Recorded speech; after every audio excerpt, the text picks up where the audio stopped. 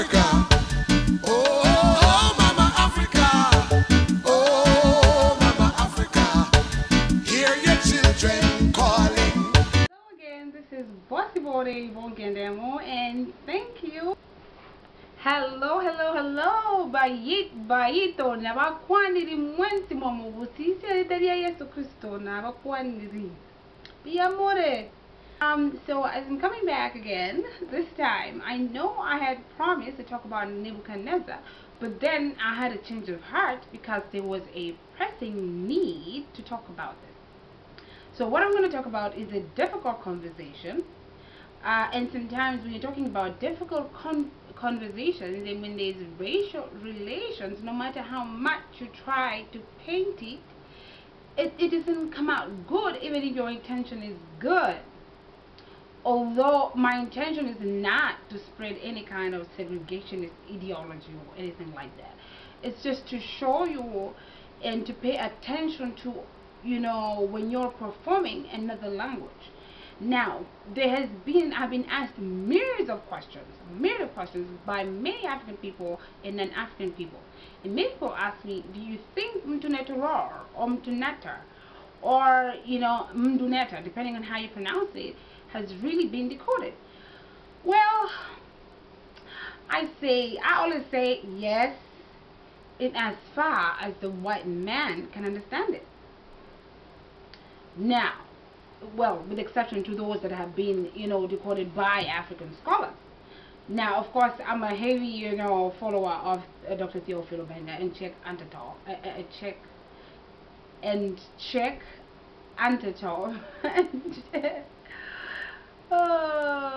and Dr. Cheng. So anyway, I have always believed that the representation of Mdu Ntrr is not African, because the Western body of knowledge dominates, also known as Royal Bible Society and those who are behind this, the royal families, are the ones who own that body of knowledge of Mdu Ntrr and much of the African languages. Now, this is the thing. The first topic I want to talk about is just my whole frustration, and it's not just me, it's an opinion of many other Africans. It's just the whole frustration of the Western body of knowledge in teaching Mdu Ntrr as if they were the absolute authorities of African language, and then second is, I'm going to talk about the representation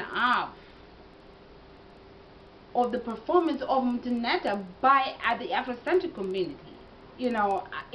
I'm grateful that there is a representation by the Afrocentric community, but the representation of Mdu Ntrr is still, whether it's done, as long as it's being done by non-African people, is still non-African.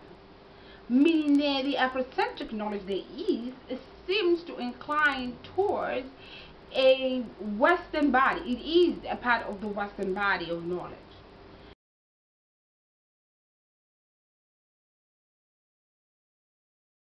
I think that the expression of Mdu Ntrr or Mdu Ntrr or ancient Egyptian language has taken on a totally different life force, one that is becoming a hybridized animal. Of course, we know how hybridization of animals and the West rhyme. Hello. Anyway, so it's taking on this totally different life force that is a jargon, between the elitist white scholars, who have socio-political interests at heart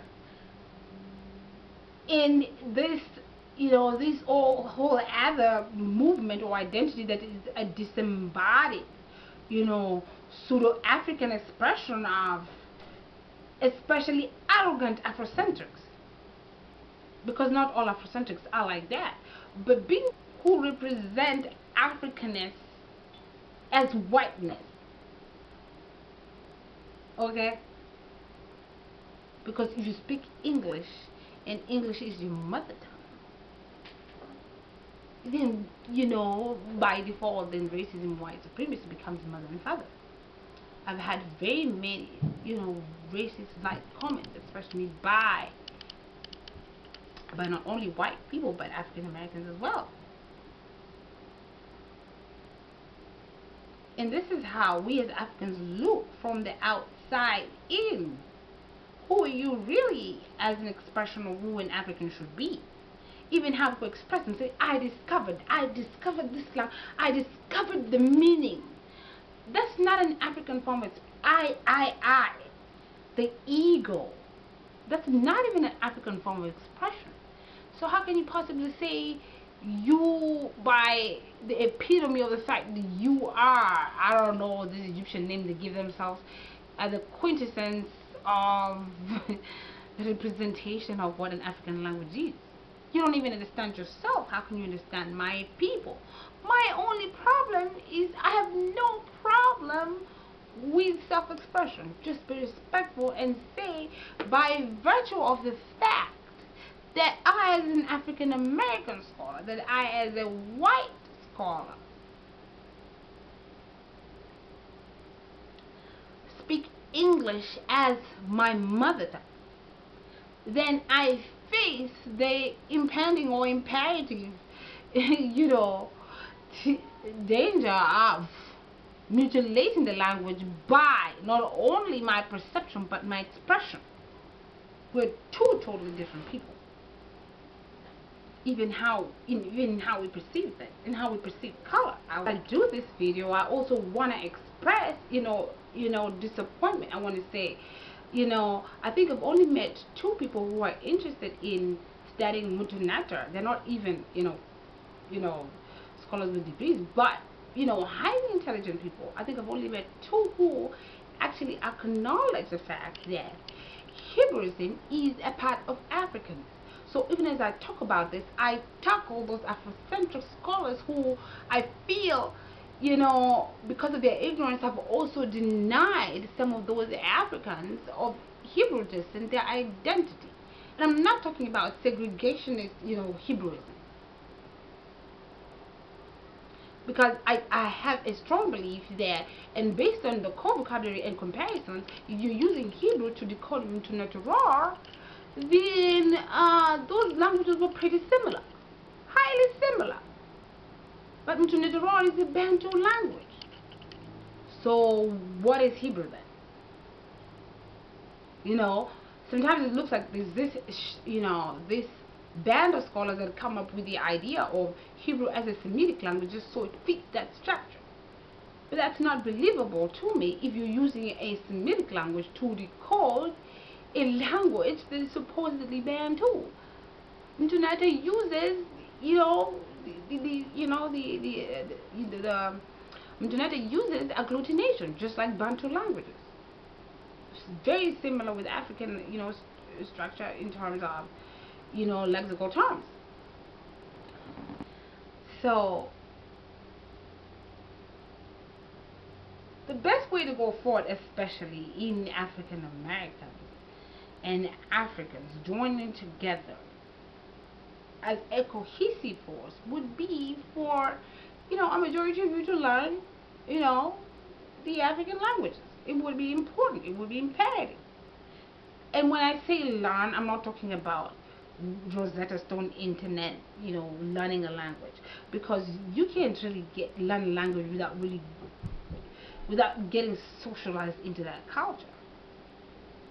That's when I say learning a language, you have to get socialized to it, and socialized to a language, I don't believe it's something you can do in 1 year or 2 years or even 3. That's not enough. We're a language of inference. Now, if you come from a language that is low context, like the English language, where everything you're taught to express yourself, look in the eye. We're taught to look away from the eye and not express ourselves directly. We speak 2 totally different forms of expressions in language, symbolically, and even verbally. It would take somebody who comes from a low context culture, like an English language, several years before you become even close to becoming in culture, even half of that. You'd have to learn the language, you'd have to learn the mannerisms, and breathe the essence of the tribe. Now, if you talk about a scholar like Dr. Rashidi Runoko, I think then, you know, as an African American scholar and one who's connected to, you know, this the Scythian Dravidians, he can tell you what it might be to be a Dravidian. You know, he might. Why? Because he lived among the people. He knows. But then we have all these quacks out here, and the minute you express yourself as an African, they're like, give me a scientific methodology. But science is not an African term.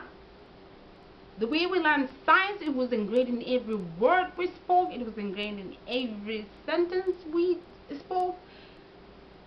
It had to do with spiritual science. But it wasn't called science. There's always a consensus, and many Africans say, you know, is that really an African language? Are they really expressing, you know, is that really African, or what is this? Now, this is the thing. I'm grateful for the scholars that, you know, work on Mdu Ntrr as an African language. I have to be grateful for that. However, there is a downside to Mdu Ntrr, because English as your mother tongue, if English is your mother tongue, then inadvertently or intertwined in the language, you also observe the culture and habits and practices of the English people. By that right then, your expression is not you know, an essentialized African. You're an African person who's speaking. Exception. Now, okay, I'm going to show you something. I'm going to give you a real quick example, and I'll show you that now, in terms of color, Africans, a majority of us, I want to say, Africans and Europeans perceive color so different. We perceive color so different. Okay, so I have observed, and in my observations, I have found that the English language and the African language are two totally different languages. We're in the same place at the same time, but we're in two totally different planes. Okay, so if somebody asks me a simple question like, you know, compare and contrast the fundamental differences between the English Indo-European language and Bantu African languages using a color and a word, or color and word.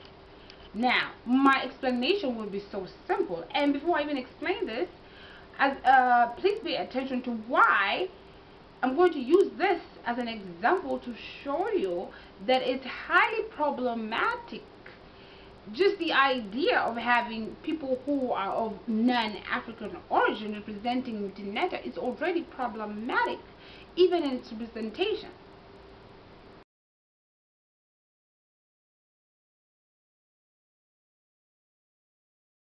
So I'm just going to go ahead and give you samples of colors, and I'll show you how they would be perceived in my language, and then show you how they be perceived in the European language. Okay, this is example one, using just color, the difference between the perception, you know, that whole socio-cultural and socio-political understanding, you know, is so different from Africans and from the Europeans, and I'll show you how. Now, this is just, you know, a diary I found in the house. So, I'm going to show you how the perception of colors or for Bantus, like I always say, like I said in my past video in the Ekegusii Lost Tribe, that the Bantu language is a very utilitarian languages. So, you know, we have a very small, like, color palette in our language, okay? So, right here, this color here is white in my language. We don't have color for pink. We're not taught to explicitly perceive the color pink.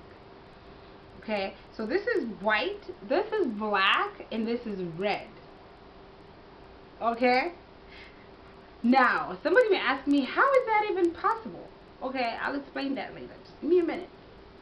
Okay? So, if somebody asks me, like, from my tribe and told me, you know, they'll tell me, have you seen my red, green, and white dye? Okay? So even though this color here appears to be blue and this color appears to be green, in my language it's green, machani kabichi. And this is red, embariri. So now this is the thing. In the Bible, they always say Adam was red, right? Now, we don't have a color for pink. Pink is still perceived as red in African culture. Pink is still perceived as red. Okay? A deep pink is still perceived as red. Just like this other pink is perceived as red. This purple is perceived as black. Okay, so like I was saying, you know, the color. So, this is what happens. Usually, the difference or how you're able to tell a color is based on the tone of white on it. And I noticed I confused myself, but I'll show you something. So over here, this pink, this deep pink is red because the tone is more of red than it is white. This here will be white, even though it's a pale pink because we don't have pink, because the tone is more of a white tone, right? Orange is perceived as red. Okay, it's all grouped as red. So whether you have blue or green, it's all perceived as, you know, green. Okay. Then you have, okay, this is an old book I have. I've had it for so many years.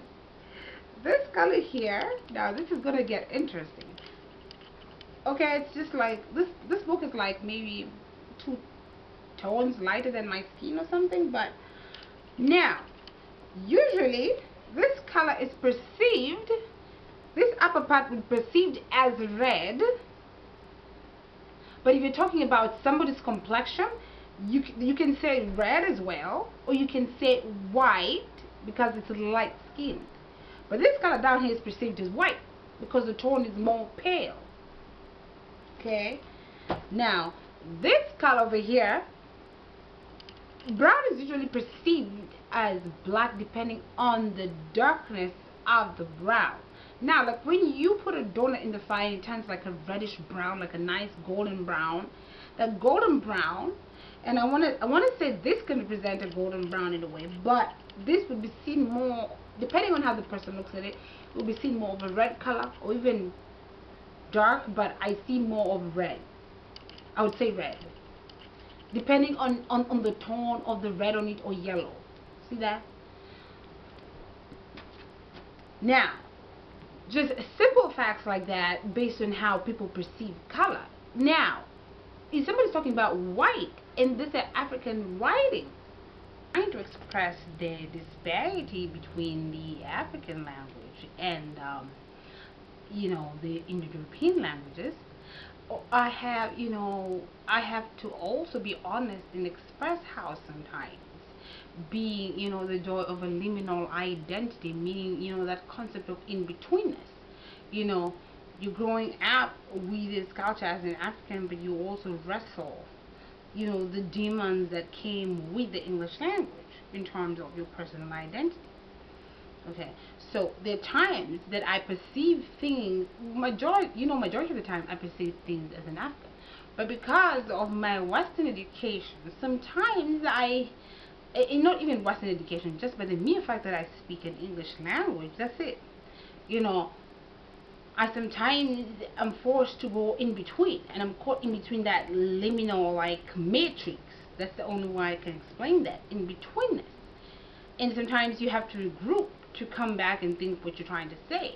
And that's why, even as an African, it's the reason why I say it's problematic is it's also problematic for me as an African, because these are insecurities I fight every day, you know, and you know, that's the concept of racism, white supremacy, okay, that comes with speaking the English language. Now, I remember as a child, growing up, you know, as a child with my grandmother, the late Vidisina Boysabi, in Ekegusii. Ekegusii is the land where the Ekegusii people live. Okay, that's where, you know, I'd go visit my grandma and stuff like that. So I remember growing up, and as a child, so it must have been the only way I can correlate this day. It has to be at the point where I started to learn English, and I started to actively learn English after the age of 6. So anyway, when my mother, I discovered that there was something different in terms of color perception between the Ekegusii language and the English language. Of course, you know, and when I discovered this, it was accidental, you know, because I was living with my grandma. So I'm going to hand over to her and tell her, Baba, you know, Baba means grandmother. Baba and color kid. You know, what color is this? Now, this is just some paper like file, the old file. Maybe this, I don't know when this is old. But anyway, you know, this color, this is yellow, okay? But then when I ask my grandma for a color like this, she'd say white. And then I'd be like, but grandma, what color is this then over here? What color is this? And she'd say a color like this is white, you know? And I would laugh. I thought it was the funniest thing I'd ever heard, you know? I'm like, Grandma, no, you're saying it all wrong. You're saying it wrong. I'm like, no. I'm like, this is yellow. And she'd be like, yellow? What thing is yellow? You know? I'm like, it's not white, it's yellow. And I'd laugh. I thought that was the funniest thing ever. And then I'd show her a color like this. And then she'd be like, she's like, this is red. I'm like, oh, Mom, I'd be laughing. I thought it was the funniest thing I'd ever heard. I'm like, and what color is this? And she'd be black. I'm like, no. I'm like, Grandma, this is all wrong. I'm like, this is pink. And she'd be like, pinky. So I was so amused. But as a child, I discovered that the way Ekegusii perceived color was so different from how Europeans perceive color. But I kept telling my grandma, like, you're saying it all wrong. Now, see, as a child, now I was starting to perceive colors as, you know, as a white person. You see that? As a European. And these are things that we constantly have to fight and deprogram ourselves from every day. I don't care how, like, you know, I don't care how encultured you are. Maybe, you know, but I do feel you can get to a point. You can get there. But, you know, it's simple things like this that would just make me laugh. But I'll tell you an interesting conversation I had with my daughter, okay? Now, this is the joy of being a liminal identity. Sometimes you get caught in the matrix, okay? Being that I'm African, and I knew, I had understood now, even as a child, that red was considered pink and stuff like that. It was perceived as pink, you know, subconsciously or inferently as pink. So when Prince died, you know, I was just thinking out loud, and I was telling my daughter, I don't know why Prince picked a color like purple. It doesn't make sense to me. I'm like, well, you know, I'd be like, well, you know, blue is the color for boys and pink is the color for girls. I just don't know why he chose, you know, the color purple. And then, you know, in Ekegusii language, pink, depending on how pale it is, pink is perceived as red. So white people will be called a red. That's why Adam is called a red according to Hebrew text. Hebrew is a Bantu language. I argue, and I move with that premise, and I don't think I'll ever stop moving with that premise. So she told me, Mom. She's like, Mom, really? Really? Mom, pink is red, okay? Red and blue equals purple. And I laughed. I thought it was so funny. I was like, oh my God. I was like, now for a minute there, I'm the one who stopped thinking like an African, and I was thinking as a European, grading pink as almost a different category of a color, okay? That's why white people are called white, like instead of pink. You see that? Because pink has almost been graded as this godlike color or category on its own. But yet, you know, people who would be perceived as having pink skin or red skin call themselves white. See the confusion of the language? But yet again, you know, like the word Laban means white. But white could mean also red in the sense, depending on how you perceive it. Depending on how you perceive it. So it just bothers me sometimes when I see all these indicators of how, you know, language and people arguing, you know, between Afrocentrics, and you're like, you know, at least in African, you know, the thing is, seriously, an African would have a better idea than any European or any Afrocentric scholar. And I remember this story about color now, even with me shifting from one boundary to another. I remember my dad was telling us, you know, that when he had gone over, like, he worked for the government, and they had gone on some scholarship abroad, and he was arguing with his colleagues, and he was saying that people were writing their mother tongues, of course, their ethnic language, but my dad wrote English as his mother tongue. And people were looking at him like, why would you write English as your mother tongue? And then, so my dad wrote, basically, no, I'm sorry. He wrote Ekegusii, but he also wrote English as a mother tongue. Okay? So, then people would ask him, why would you write English as a mother tongue? He said, because you speak it every day. And so when my dad told me about this story, and I was like, well, mother tongue has to do with ethnic. Mother is ethnic. But he says, how often do you speak English? I started to speak English once I got into, was socialized into the Western formal system of education. Do I speak it almost as much as I do speak Swahili? Yeah, just about. Is it as much as I speak Ekegusii? Just about. And even in terms of my perception is really innately African, I feel. So, and so this is very important, you know, this reflected onto what my dad was saying. You know, he's like, English is a mother tongue. If you speak it, then it becomes a mother tongue. It becomes a system of thought. But it took me almost 20 years later for me to figure out what he was saying. Well, of course, duh. But anyway, I figured it out. So I figured what he was saying. But for me, I felt like if I said mother tongue, I would just be selling myself out. You know, just saying there, you know, English is mother and father.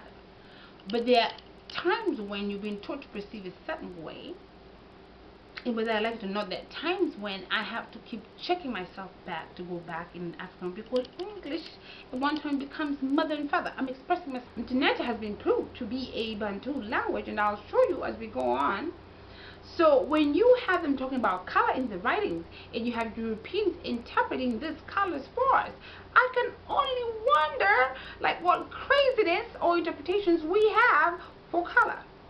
Okay, and that's part one. Number two, how we, now if somebody asked me to describe the difference between European culture and Bantu African languages, I would say just by one word.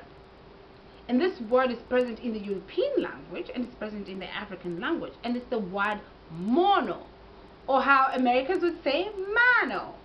Now, this is the thing. In Bantu, in many Bantu languages, in Swahili mno, in my language mono, in Kikuyu mono, mono always means many. Okay, they shall increase. It always means many. Okay. And then, however, in Latin, and you know, Indo-European, you know, Latin-based languages, mono means one. Okay, see, this has to do with the plural and singular. So these words must have been coded when they were at the same plane. But don't let that, you know, you don't have to believe me yet. Now, many languages will code counting based on the primary part of the body that they use, or the primary part of the body that they associate counting with. Okay, you can count with your hands, you can count with your mouth, you can use both. Now, in the Ekegusii, we're going to use the Ekegusii languages and the Swahili, of course, now. But anyway, let's first use mono in Ekegusii. Now, the word that is out of this consonant is MN, but the word coded out of the word mono, MN, is the primary digit that's used, you know, the primary, you know, primary part of the body that's used, the hands, okay? Hands, in my language, mana, but it's not just hands, it's moving hands, it's a verb, it's mana. So, if you're looking for something, mana, mana. If you're braiding, mina, same consonant. Now, in the Indo-European languages, the word manas in Latin means hand, and it's from here that the word for human is coined out of, the handman. See that? Now, but using these two understandings of what mono is in the Ekegusii and Bantu languages, mono means many, However, in the English language, mono means one, meaning that the hand or the socio-political ideology behind the Indo-European language, Ness, is becoming one world government, one language, one standardization, individualism. And that's one of the most fundamental values of European and American culture, individualism. Okay, so mono is one for them. However, for us, mono is many, and this denotes that sociocultural system of Ubuntu, collectivism. Many, meaning that the ego of the person is suppressed over that communal ego. See that? Now, in terms of color, we're not taught to explicitly perceive color, so we have like 5 colors in my language, but we're taught to implicitly perceive them. Now, just look at a common example. Look at European jewelry and compare with African jewelry. Who seems to have a greater perception or greater diversity in terms of beadwork? I mean, look at the African jewelry. It's so colorful and so exuberant in that sense. It's just, you see, and this is also a Maasai earring. It's Kenyan. So look at how even though these colors are not really perceived as Europeans would perceive them, but the intricate designs, of these colors show there is a profound perception of these colors that is not explicitly expressed. Now, yet again, we have people who understand language as mono, representing, mono or mano, meaning one, representing the African language. The African language is always expressed in plural because of the collectivism values. Now, in my language, it's nothing like my mother or my father. You say our mother or our father. Okay? So you can say, like when you have food in the house, you just say my food, you say our food. Okay? However, in the European languages, in the European languages, they say my mother, my father. Okay?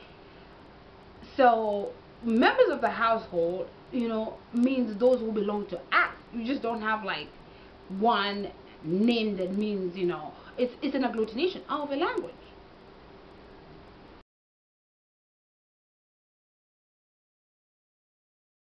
Bringing to light this whole representation of African languages, I want to bring awareness to the idea of self and the other, and self as other. Okay, now these are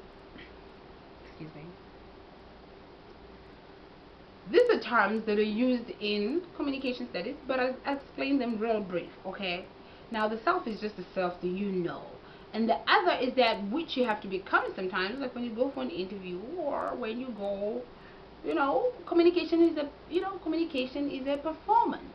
Now, the self as other is, what do people really see you as? And when you perform another language or perform another culture, you become other. In that sense, you may inadvertently become that representation or quintessential representation of that culture, even though it's not true. You see what I'm saying? Now, when you have all those Europeans and you have, arrogant Afrocentrics who will never even listen to what some of us Africans have to say, all combined together, it's almost like this clandestine union or to represent the language as a white language.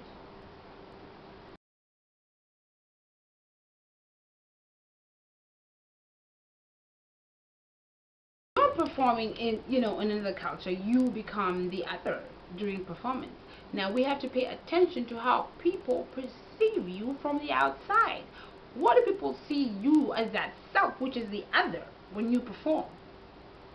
Okay, so when you speak Mdu Ntrr and you're an American, who are you performing that language as? Are you performing as an African, or are you performing that language as an American? So does you in essence face the danger of totally mutilating that language? You know what I'm saying? Because only Africans can really represent an African language as an African language. However, I'm one of those people who is for freedom of speech. I mean, please express yourself. However, pay homage, pay respect, and pay attention to the fact that you're not primarily become like this individualist expression of Western mercantilism. I don't know. And national chauvinism that is so pseudo-African and not African. I remember when my aunt first came to America, to the West, she'd be talking, referring to African Americans as white people, and I'd tell her they're not white people, they're African Americans. And then she kept doing that mistake all over and all over again until she suddenly, until she started to understand. I said, you probably don't want to be heard by anybody calling an African American a white person. So, but I found it so funny how she kept interchanging African American and white, and I found it strange, But then when I look back, being way young as a child, I did that too. But I've never really found a scholar that could, really express it the way I want to express it until I came across Johnny Johns, an African American writer, and she talks about how, she created her identity around her racialized black body, meaning that her identity was primarily rooted in America, so her identity as a black person was only seen as it was in America. So I'll read that out for you, and then I would, it would be important that for those who represent Mdu Ntrr to question, look back and look from the outside and look at that self and question, who do I really represent,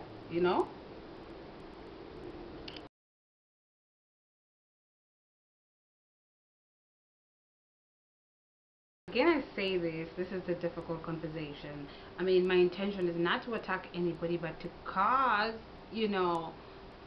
those who represent Mdu Ntrr to look outside of the self and question how they represent themselves, to the public. Okay, so here's an article. My professor showed me this when I was in college, and Dr. White, and I was so ecstatic, because people would ask me, what is it? Why don't African Americans and Africans get along? What is the big thing? Well, I want to say it was cultural difference, because that really was one of the main differences. But there were times, there were things I saw that I couldn't quite be able to express myself sometimes. But until I came across this article by Johnny John, and I was like, that's it. And that would explain why my aunt kept calling, this African American couple, this, African American person, a white person, and I didn't understand it. But I sort of did when I had a flashback, as a child, because I'd use that interchangeably too. But it's really not to insult anybody, but it's what that person represents to the other person. Okay? So, now, performance scholar Johnny Jones writes. So, performance scholar Johnny Jones writes, just what is an African American in Africa? My inability to answer this question uprooted a heretofore fundamental aspect of my identity, a part of the self I took for granted in the United States as a part of my cultural identity. In my mind, my dreadlocks, West African inspired clothing, and blackness of tongue meant something powerful in the United States. While for the Yoruba, these artifacts of identity elicited puzzlement, amusement, and sometimes disdain. I did not feel that myself, the self I had constructed in the U.S. soil, was visible. Indeed, I felt out of myself. Okay? So she talks about having gone. And just like I say, just because you're a Mdu Ntrr scholar and you dress African doesn't mean that you're the quintessence or quintessential, representation in panacea to understanding Mdu Ntrr. That's not how it works. Now, let's proceed. So she says, moving on. So I remember a digression. This is a topic now. I remember during my first days in Ghana, I went to visit Lisa. I was looking for a flat. I was looking for her flat. I couldn't figure out which apartment was hers. A Ghanaian living on the first floor of her building saw that I was lost. He knew that I was looking for Lisa, so referring to her, he asked, "Are you looking for the white girl upstairs?" I was taken aback by his description. Lisa is honey brown, with natural hair and West African-inspired clothing and blackness of tongue. How could he mistake Lisa for a white woman? No, I said, unsettled and insulted. I am not looking for a white girl. I am looking for Lisa Aubrey, and we are both African Americans. The man pointed on her apartment and then just shook his head and chuckled under his breath, a brony. I trembled. He had just called me a foreigner, a white person. Black people are dying and catching hell in the United States, and that man called me a brony. I belong to blackness as much as this man. I am reminded of cultural critic Elspeth Probin. If you have to think about belonging, perhaps you're already outside. Instead of presuming a common locus, I want to consider the ways in which the very longing to belong embarrasses its taken for granted nature. For many black Americans at profound moments, belonging requires a fixed political ground, understanding that ultimately we belong in different categories and know different communities, and that our belonging may be enunciated as different stages of political and social progressions or regressions. Beyond all this, African American as a signifier and as signified is nonetheless a relatively stable reality of belonging to blackness in the United States. However complicated that belonging may be, I experience belonging within the racialization of blackness in the United States, not as longing from a country, in the United States, not as a longing from an outside identity to enter into an inside identity. I am always already inside. Now she's talking about her identity when she's in America as a black person. Even when I'm not thinking about it, and ever not a black person. Then she goes on to say, I never questioned the fact of my blackness. It is as much a part of me as my skin, my nose, my mouth, my hair, and my speech. All the while with an understanding that it is beyond appearances. When Anna Juliana Cooper said, when and where I enter, my race enters with me, she was acknowledging the ubiquity of race as it is internally felt and externally constructed. Ghana, West Africa, the words white girl upstairs disrupted my reality of belonging that I've always known. To its very core, I was reminded that geography might be one of the greatest determinants of them all. Perhaps geography is destiny after all. My personhood for Lisa's neighbor was outside blackness. I was outside belonging. I represented something else to him at that, being that he was an African. It was representation that eclipsed any notion of belonging. I was not a black woman, but the representation of a white one. The representation of a white advanced country. The neighbor certainly understood that I was not white like Julia Roberts is white. I was not white by phenotype, but by country. Well, I know she says country, but let's put it this simply. I know she's saying she's white by country. No. I disagree with her on this one. I think she's not only white by country, but I think she's also white by culture, because the behaviors of many is just similar to the white and black. They all have the same kinds of food, it's the same culture. Though he may have understood that I was of African descent, it did not matter. Nation and global order took primacy over racial identification. In that instant, I represented an individual of American descent, not African descent. I live in an advanced country. He lives in the developing world. This fact of economy eclipses blackness within the U.S. context. So any unity around diaspora blackness that I might fantasize. Now, I was very grateful that she was pretty honest about this article, and the truth is that, I mean, harsh as it sounds, this is the thing. If you take an African American and take a white person to a village, you know, the city people will know, you know, take them to the village and hear them talking, the truth is that they can't quite differentiate. You know, and even as a child, I couldn't quite differentiate really, because the truth is a white person sounds nasal, but so does an African American. They both sound nasal to an outsider. So I know she's saying that, you know, it was her country, being of a higher developed country, being of a, you know, she was white by country. I think she was white also by culture, because in as much as she has this, you know, racialized, it's still built around racism, white supremacy. I don't care, you know, how much she says that she's built her culture, you know, around her racialized, but meaning that it's built around racism, white supremacy, meaning that, you know.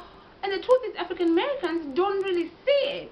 They tend to express behaviors that are particular we associate with Western people or with white people. If you practice individualism as an African American, you already present that knowledge, a body of Western knowledge, as one who speaks English and is intertwined with that idea of carrying, you know, the culture of racism, white supremacy. And how does one do this? You know, and usually I have found that, you know, for the African Americans or for the Africans, you know, for the African Americans or for the Europeans, they'll go to Africa and learn the language and learn to eat the local food and never call a bruni. Okay, so if you don't practice a culture that is African, then you're not an African by that right. I mean, it's sad, but it's true. Now, okay, I'll give a real example of a friend I know. I mean, he was, you know, I don't want to say his name, but you know, I'll just use the initials DM. So I usually, you know, from time to time I'll make people African food and tell me, oh, come on over and try some African food or whatever, and you know, I'll teach people about Africa like that. So anyway, my friend African American, he'd come over, you know, he always like, you know, I'd cook with my friends, whatever, and they'd come over and eat. But then one day I was telling him, you know, maybe there's a way we as Africans can just unite and become one. And then he told me, he was like, nigga, I ain't African. Okay, this is the thing, I'm not for using the N-word, but you know, I was shocked that he called, you know, I was just shocked. Like, I was like, you've been coming here all the while, but you think like we are two, you know, we're like from two, which we are anyway, you know. And maybe he understood it more than many other people have. But anyway, you know, I was kind of taken aback. I was like, what? Now, do you realize that in that instant when he called me the N-word, then he had already put me, you know, as an African American, he had put me to that place of, look, I come from a more developed nation. Now this is about an expression of, it's like a internalized expression of racism, you see. And when he says nigger, that seems to imply that I just might be better than. So then I tell him, well, so you're the one who was telling me about, you know, being harassed by cops or whatever, or being, you know, being harassed, whatever, as you were growing up. Granted, there he was in a gang, but I said, so which identity would you prefer? Would you prefer an identity where you have your own language, you can own ancestral land, you know, and if the police happens to follow me, it's because, you know, he either genuinely wants something from me or he wants a bribe. Okay, but it's not because I'm black. That's not why, you know, they're not gonna follow me because I'm black, because everybody is black in Kenya. I mean, well, not everybody, but you know what I mean. A predominant number is black. So, and then he was like, well, you go to point, man. You go to point. You go to point. And then after that, me and him became so cool. But you know, by that little, you know, statement, he had already expressed himself from the position of a white person. You know, nigga, I'm not African. You see that? And so it becomes sometimes so problematic when you have people who have this orientation of English as their mother tongue. We express ourselves in plural form, and you have all these people telling you what the kings were, what color of crown they were. How can they possibly tell? You know, what do they know? You know, but I feel that it would be respectful if people would be honest about that possibility of mutilating the Mdu Ntrr or the ancient Egyptian language as they speak. If the African language is not your mother tongue. So this is my thing. There's always, you know, that hostility, especially like when Africans try to chime in or say this is this, this is this. There is always that section of that portion of arrogant Afrocentrics that thinks they know it all. Like, this is the thing. When you're dealing or performing from another culture, you can't claim absolutism, you know, or absolute knowledge of that culture. That's stupid. I mean, it's become so commodified that even the concept of Africanness in Mdu Ntrr has lost its meaning. It's just how many books can you make? You know, how many can you get off the shelf? It's not about really decoding the language. And yet, if you're not African, how can you possibly decode the language from an African perspective? You know, it's sort of, it's like it starts to lose its meaning. But then, this also says a lot for those of us Africans who allow these guys to run amok with our language. That says a lot, you know. It's a lokita, you know, that business law term. The case speaks for itself. If you allow a damage, you know, if a damage happens because you allowed it. I mean, you know, I wonder, is there even an African university? And when I say African, I mean run by African people that teaches Mdu Ntrr. But yet politicians have all this money in there. It's so disgusting and sad.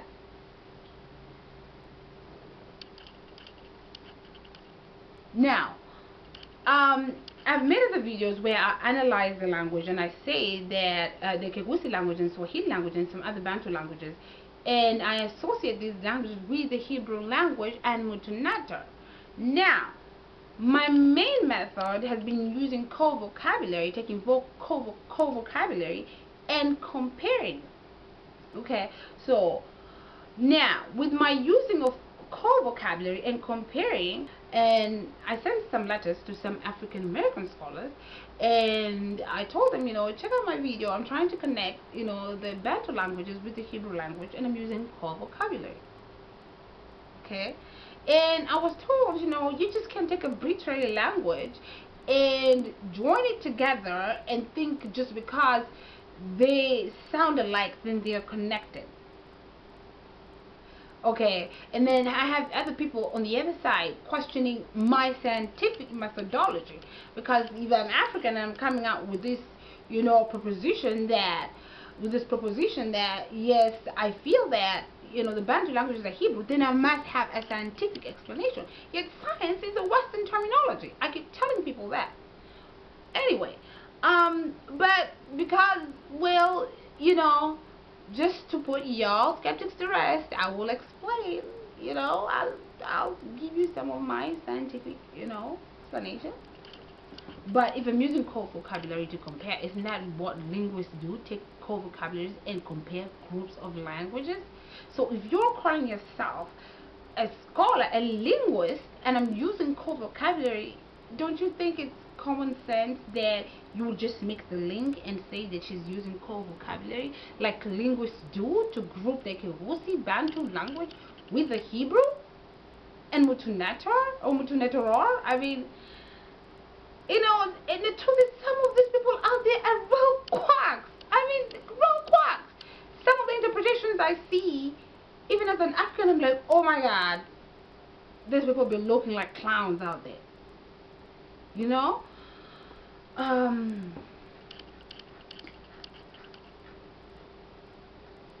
So anyway, the reason why I take Bantu and compare with this language, I always knew that the idea of the African languages were different, because I used to play around with words, like take Bantu words and switch them and find correlations. but we always did that, you know, we studied that already, I mean, in history, but I just would take words from different places and just mix them and try and find like the word behind it. Because Africans don't just arbitrarily, you know, we don't just arbitrarily, you know, give, you know, names to birds or whatever. You know, everything is thought about. There's a science even to name it. So, anyway,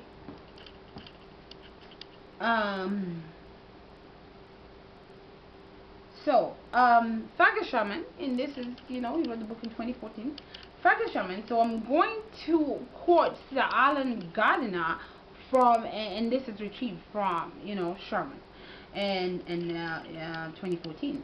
So, despite the resemblances with Semitic languages, ancient Egyptian differs from Semitic tongues a good deal more than anyone differs from each other, and at least until its relationship to the African languages is more closely defined, the ancient Egyptian must certainly be classified as standing outside the Semitic group of languages. So Mdu Ntrr is not a Semitic language, according to Sir Alan Gardiner, and also according to Fergus-Sherman. Now, Fergus-Sherman even goes further and says it's a Bantu language, using the lexical terms to compare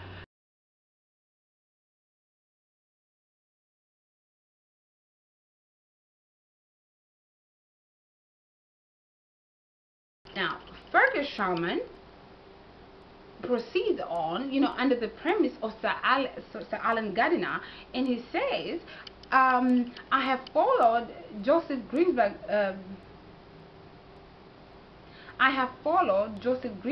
method of mass comparisons of vocabulary between ancient Egyptian and Bantu. It has come as a surprise that many sound meaning relationships between the languages are peculiarly Bantu, of Bantu origin, and the etymologies and of lexical terms examined also present further evidence.